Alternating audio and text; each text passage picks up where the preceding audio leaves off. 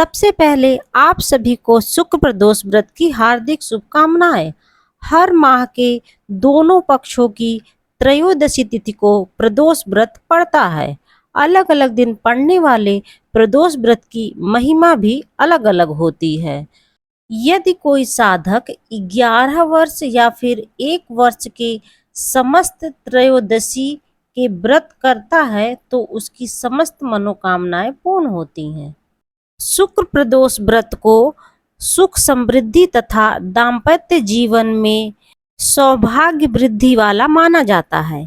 इस दिन संध्या के समय प्रदोष काल में भगवान शिव को पंचामृत यानी दूध, दही, घी, शहद और शक्कर से स्नान कराएं। उसके पश्चात शुद्ध जल से स्नान कराकर रोली, मौली, चावल, धूप, दीप से पूजन करें।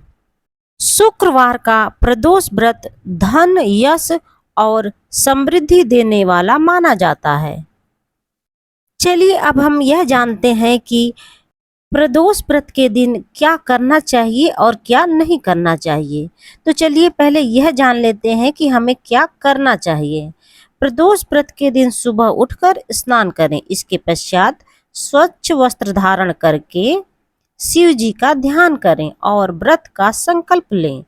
इस दिन शिवलिंग पर बेलपत्र, गंगा जल, दूध, दही, शहद अर्पित करें।